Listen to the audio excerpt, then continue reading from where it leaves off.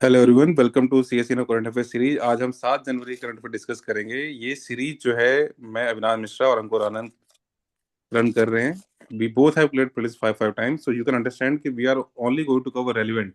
कोई फालतू की चीज, कोई इरेलीवेंट चीजें कवर हम नहीं करेंगे। जो एग्जाम के लिए इंपॉर्टेंट है सिर्फ वही डिस्कस होगा। और प्रीलिम्स तक आपके majority of the current affairs question हम ऐसे कवर करा देंगे कि almost all questions will be covered from this section only, कि आप ये वीडियोस के through majority current affairs cover कर लोगे अपने। सो जो पहला क्वेश्चन है आपका, new colonialism differs from imperialism primarily because new colonialism is. तो यूपीएससी ने पूछा है ऐसे क्वेश्चंस को, आइडियोलॉजी वगैरह वाली चीजें, जैसे स्टेट क्या होता है, इस तरह की चीजें पूछ देता है। तो मोनरो डॉक्ट्राइन वगैरह, न्यू कॉलोनियलिज्म वगैरह न्यूज में है ये। Okay, so go through the options. Rejects the use of force all together, कह रहा है कि फोर्स का यूज रिजेक्ट कर देता है। Second is limited only to economic relation, कि सिर्फ इकोनॉमिक रिलेशन तक लिमिटेड है ये। C option is maintains formal political independence while exercising real control, कह रहा है कि फॉर्मल पॉलिटिकल इंडिपेंडेंस रहता है लेकिन कंट्रोल जो रहता है ना, वो दूसरे के पास चला जाता है रियल सेंस में। Then D option is operates exclusively through multinational corporations, कि सिर्फ एमएनसीज के थ्रू रन करता है ये, और किसी का इन्वॉल्व नहीं होता।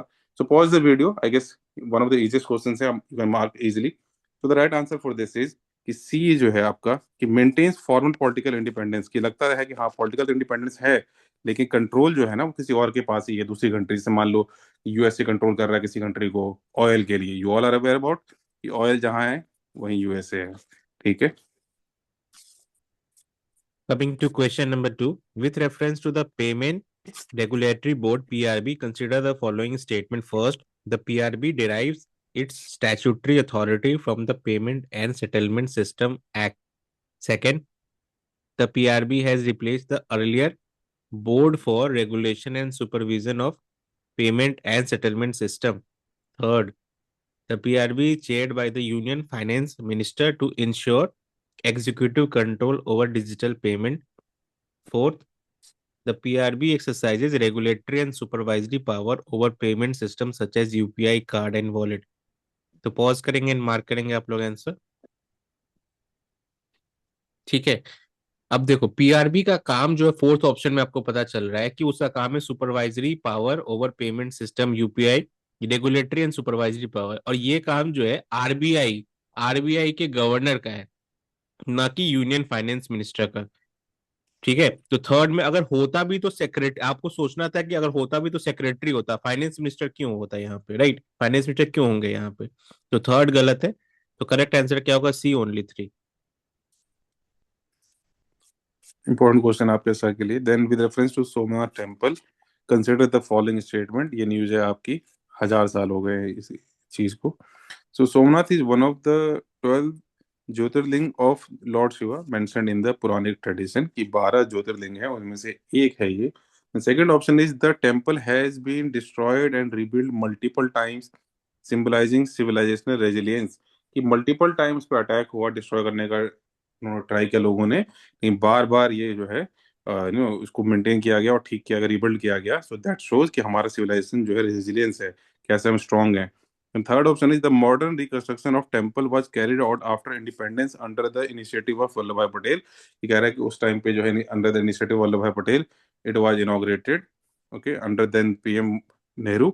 Then the fourth option is the inauguration of reconstructed Somnath temple in 1951 was performed by Jawaharlal Nehru। Okay, so चारों ऑप्शन को देखिए and mark your answer. So the right answer for this is, इसमें थोड़ा confusion हो सकता है कि आपके दिमाग में ये हो कि उस टाइम जो है नेहरू पीएम थे, but the fourth one is incorrect. जो इनॉग्रेशन इसका हुआ था, that was done by not Jawaharlal Nehru, it was done by Rajendra Prasad. Okay, so hopefully you have got this one right. और राजेंद्र प्रसाद जो है उस समय हेड ऑफ द स्टेट थे, president. So now coming to question number four, ये असर्शन एंड रीजन का question है। ठीक है। तो first assertion, India's inauguration of the National Environmental Standard Laboratory strengthened the credibility of air quality data in the country। And reason इसका क्या है? Because NESL यानी national environmental standard laboratory enable calibration and certification of pollution monitoring equipment under Indian environmental condition with traceable accuracy। तो आपके पास चार option है, right? पहला option क्या कहता है, दोनों ही ए एंड आर ट्रू है और आर करेक्ट एक्सप्लेनेशन कर रहा है ए का। दूसरा ऑप्शन कहता है दोनों ही ए एंड आर ट्रू है बट आर जो है करेक्ट एक्सप्लेनेशन नहीं है ए का। तीसरा है ए ट्रू है बट आर फॉल्स है। चौथा है ए फॉल्स है एंड आर ट्रू है। तो पॉज करेंगे एंड मार्क करेंगे आंसर। ठीक है, इसका जो करेक्ट आंसर है वो है ए। तो दोनों ही ऑप्शन सही हैं और आर जो है करेक्ट एक्सप्लेनेशन कर रहा है ए का।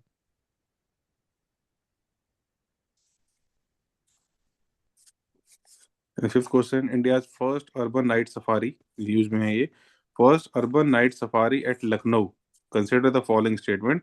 It is designed primarily as an educational and conservation oriented initiative rather than a commercial amusement park. इसका जो प्राइमरी एम है वो एजुकेशनल और कंजर्वेशन ओरिएंटेड है। Okay, commercial focus main primary focus नहीं है।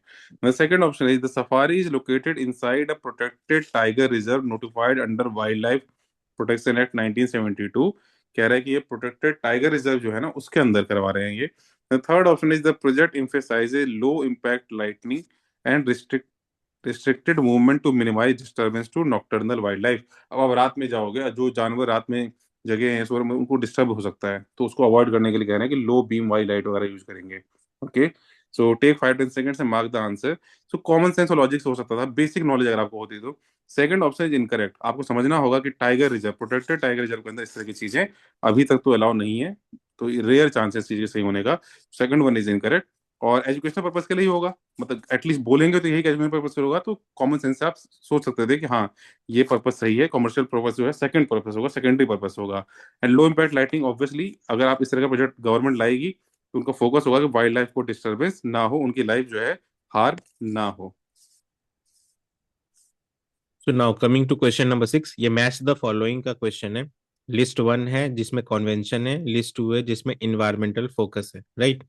तो पहला लिस्ट वन का A, convention on biological diversity, and इसके सामने जो है वो क्या है, one, conservation of ecosystem and species. Second B, UNFCCC। ठीक है, अब आप लोग कमेंट में ये बताएंगे जो UNFCCC है, UNCCD है और CBD है, ये तीनों जो कन्वेंशन है वो किस अकॉर्ड में आए थे और किस साल आए थे। ठीक है, तो बी के सामने जो है वो है two, climate change mitigation and adaptation. Third, UNCCD, and align to this in list two is combating land degradation and desertification. Similarly, D, Minamata Convention. Aligned to this is 4, Control of Mercury Pollution. ठीक है, तो इसमें चार option है आपके पास, ABCD, जो कि match करना है। तो पॉज करिए और मैच करिए सबको, राइट। तो इसका जो करेक्ट है, ये सारे के सारे करेक्टली मैच्ड है। ठीक है, तो अलाइंड है, यानी कि आपका करेक्ट आंसर है ए। अब इसमें ये ध्यान रखना है आपको कि ये यूपीएससी इन सारे कन्वेंशन को फोकस करती है एग्जाम में। तो आपको सारे कन्वेंशन का क्या पता होना चाहिए, किस ईयर आया था और क्या थीम है इसका, ये आपको पता होना चाहिए, और क्या ये लीगली बाइंडिंग है या नहीं, ये भी पता होना चाहिए आपको।